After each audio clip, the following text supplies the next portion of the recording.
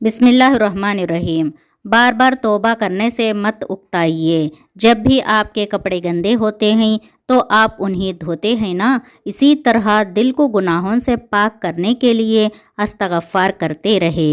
استغفر اللہ الذی لا الہ الا هو الحی القیوم واتوب الیہ۔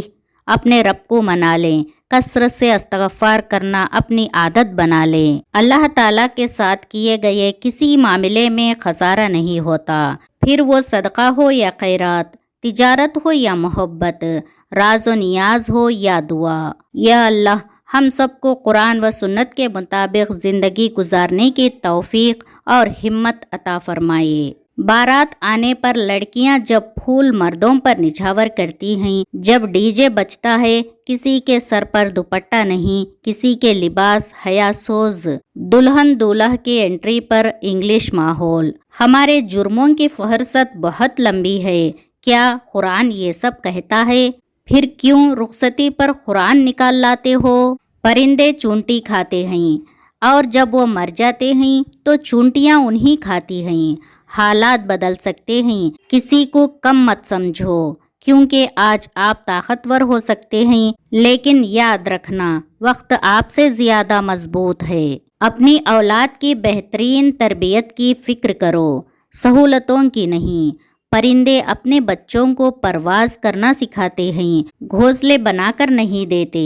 حضرت محمد صلی اللہ علیہ وسلم فرماتے ہیں، ایک عورت کے لیے یہ بہت ہی مبارک ہے کہ اس کی پہلی اولاد لڑکی ہو۔ جس شخص کی بیٹیاں ہو اسے برا مت سمجھو، کیونکہ میں بھی بیٹی کا باپ ہوں۔ جب کوئی لڑکی پیدا ہوتی ہے تو اللہ تعالیٰ فرماتا ہے، اے لڑکی تو زمین پر اتر، میں تیرے باپ کی مدد کروں گا۔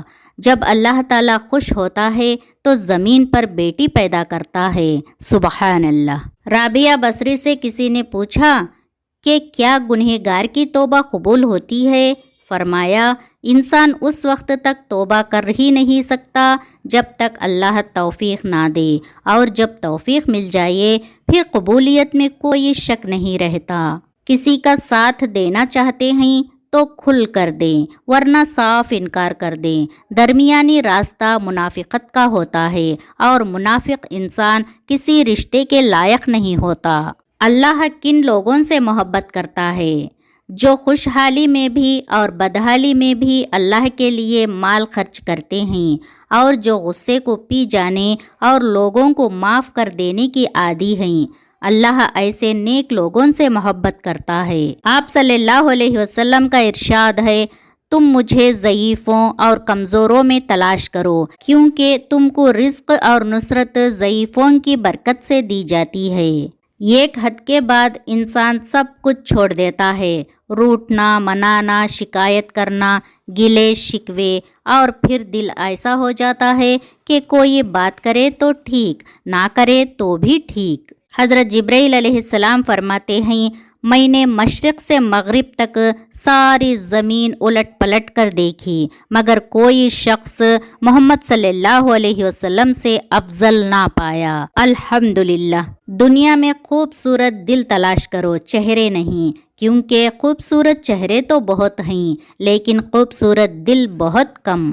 برے وقت میں کاندھے پر رکھا گیا ہاتھ کامیابی پر بجنے والی تالیوں سے زیادہ قیمتی ہوتا ہے۔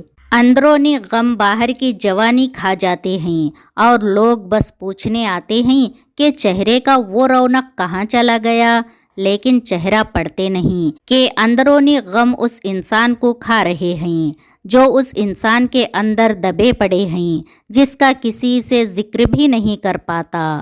میں نے تو بہت سے انسان دیکھے ہیں جن کے بدن پر لباس نہیں ہوتا، اور بہت سے لباس دیکھے ہیں جن کے اندر انسان نہیں ہوتا۔